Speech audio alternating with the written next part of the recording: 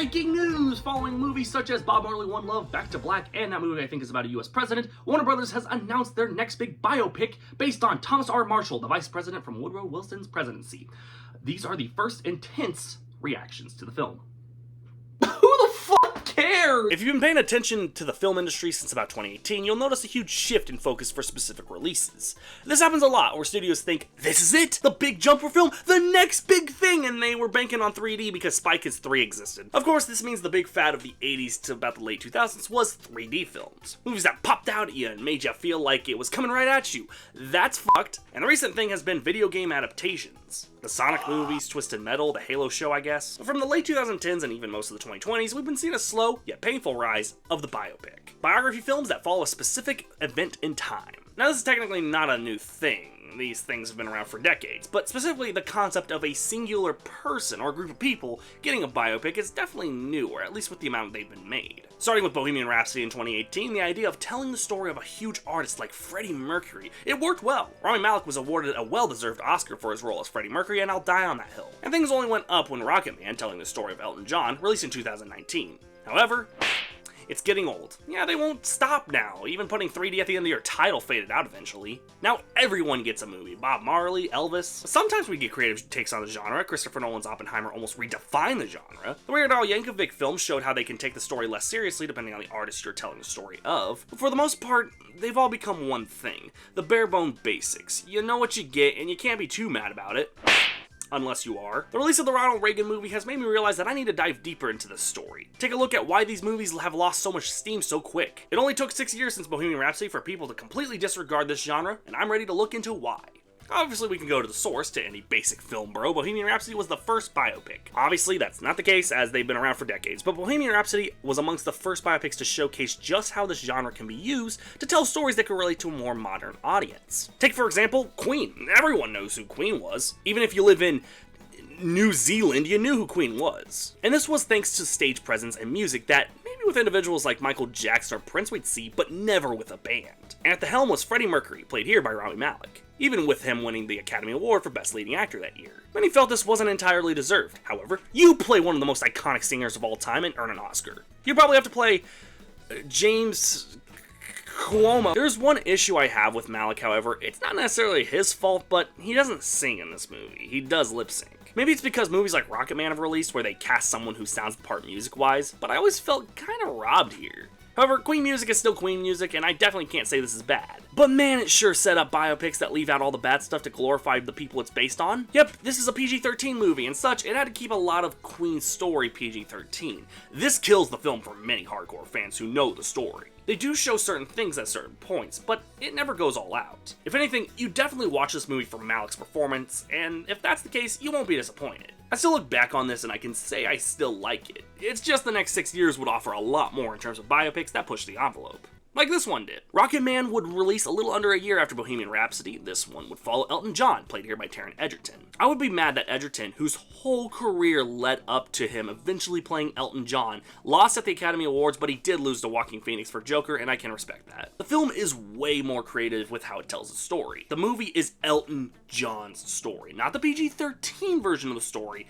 Elton himself claimed he wanted the movie to be fully about his life, and his life was never PG-13. So you know what that means? Yay. If you're not used to this being shown in movies, then don't watch it, but I never had a problem with it. But for those who felt gypped by the overall lack of sexual intercourse in Bohemian Rhapsody, this movie got you covered. The film is flashy, vulgar, yet classy. Sounds like Elton, alright. Moving on to 2020.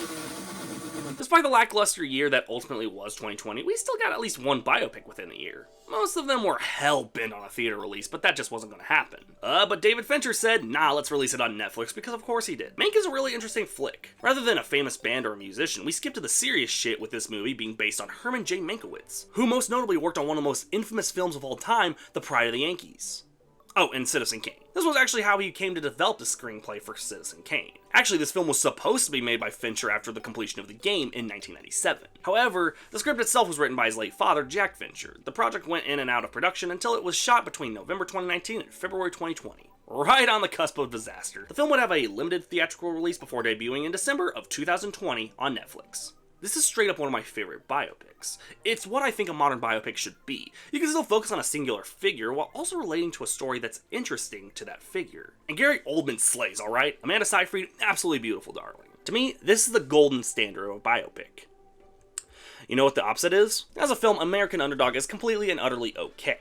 It kind of sucks that 2021 was again a weaker year in terms of biopics. Only one from this year I would consider great. American Underdog follows NFL quarterback Kurt Warner and his rise as one of the biggest American underdogs. Two things. One, the story isn't very interesting. I mean, I'm surprised how few football biopics do exist, but when they do happen, they're usually more emotionally gripping stories, like Remember the Titans or We Are Marshall. This is Kurt Warner, a guy I pretty much didn't even know existed until this movie came out. The second problem is that it's led by the human form of giving up, Zachary Levi. Man, I just gotta rant. This man had a promising career, and all of a sudden, he hates DC movies. He turns out to be a douche. He takes movies like this and Harold and the Purple Aneurysm. American Underdog showcases how boring these biopics can truly be, which sucks. I like football movies when they're emotional, but this isn't. It's a basic, straightforward underdog story, which, I mean, to be fair, it's what the movie advertises, so what else can I really say? Well, the biopic of 2021 I enjoyed the most was, it's so sad that this movie can't be discussed without mentioning Will Smith's assaulting of another man, and then winning the Academy Award. The face of Hollywood, ladies and gentlemen. If you can look past this, King Richard is actually a solid biopic talking about Richard Williams, the father and coach of Venus and Serena Williams. Man, Will Smith was fantastic here, one of my favorites from him since probably Pursuit of Happiness. But dude, how can you look past the infamous slapping the rockets? King Richard was amongst the 2021 Warner Brothers movies that bombed hard due to co-releasing on HBO Max. Most of the movies that did that ended up bombing anyway, but the story is so great, and hey, most call this one of the best movies of the year. I guess in a year where they released Space LeBron Jam 2 and Immortal Fighting. Regardless, King Richard is a solid enough biopic. Respect kind of returns to the Bohemian Rhapsody Rocket Man form, focusing on a musician and their story. Spoiler alert, most of the rest of these biopics do that. And like with most of those biopics, it tells the story pretty straightforward. Albeit Jennifer Hudson was great as Aretha Franklin. I'm an avid Aretha Franklin fan, so I definitely was interested in this. But when I tell you this was the film that made me realize that maybe musician biopics need to slow down, or at least focus on musicians people don't really know the stories of. A good example of this is Kneecap from this year, a film that followed the foundation of Irish hip-hop. That's how I believe a biopic based on musicians should be. But I can't say this is bad, but man, the running time is crazy. Which one of you inbreds let the Aretha Franklin movie run for 2.5 hours? Is Respect terrible? Absolutely not. But the film does not do that much spectacular. And for being Aretha Franklin, you need to put some R-E-S-P-E-C-T on her Aretha C. I hate that. Respect to the queen. Elvis was one of my favorites of 2022. It turns out I'm pretty alone on that. I saw a lot of people say this movie wasn't supposed to be at the Oscars that year.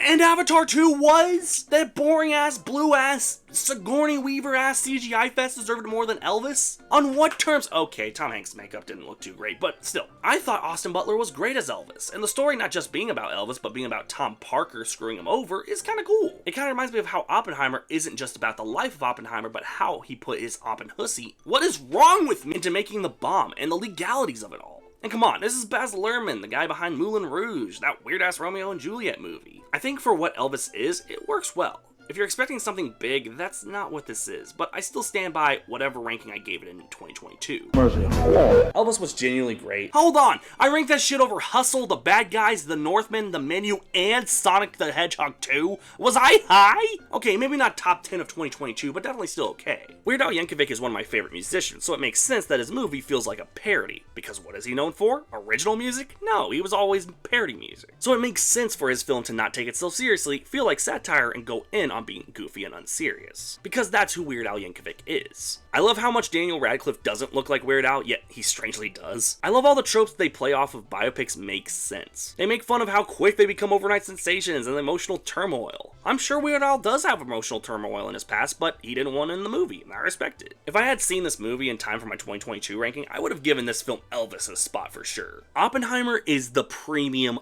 biopic. If Mank and Rocket Man are golden standards, Oppenheimer is straight up the platinum. A story not many people would just know, told in one of the few interesting 3-hour films of all time, with an insane cast of big names and even some rising stars. One of the best scores of 2023 and one of my favorite film scores of all time. an insanely great performance from Cillian Murphy, which is no surprise. Have you seen Peaky Blinders? The bomb drop scene, a masterpiece. I used to complain about the third act of this movie where they show the legal battle with Oppenheimer and how Louis Strauss betrayed him. I talked about it a lot in its own review and of course its 123 ranking, but I think that's actually what adds to the plot, and this is supposed to be Oppenheimer's story up to that point. I do find it funny that there's a miniseries from like the 80s, and if you look, the cover art is eerily the same to the stuff from this movie. But as a biopic, this is what it should be. A story that's both interesting, yet relatively unknown. Unfortunately, Ridley Scott didn't get the memo. What, again? I hate when I have to badmouth this guy because in reality, he's a solid director. From his old work, that is. His newer work is kind of lame. I'd say at the turn of the decade, his work has gone incredibly downhill. But he does have diamonds in that rough. I liked The Last Duel for everything it was. And if bad acting and horrid makeup both from Jared Leto are your thing, House of Gucci might be up your alley. But it seems he often showcases better talents with producing rather than directing.